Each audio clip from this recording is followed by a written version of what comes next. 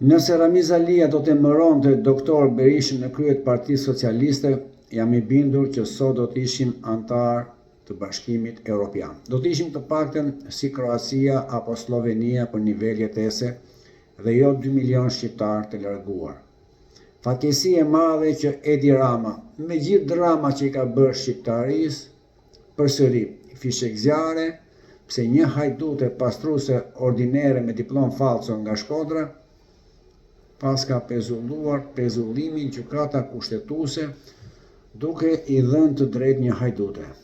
E imagjinoni të dashur miq në cilin vend të botës, të rajonit apo të NATO-s ndodhin këto çuditëra në drejtësinë që aq shumë flitet se është reformuar pikërisht në vitin 2015. Ky është një fatalitet. Ky është një krim i mirë orkestruar kundër kombëtarët e bekuar, përse heshtin nuk është për t'u lavdëruar.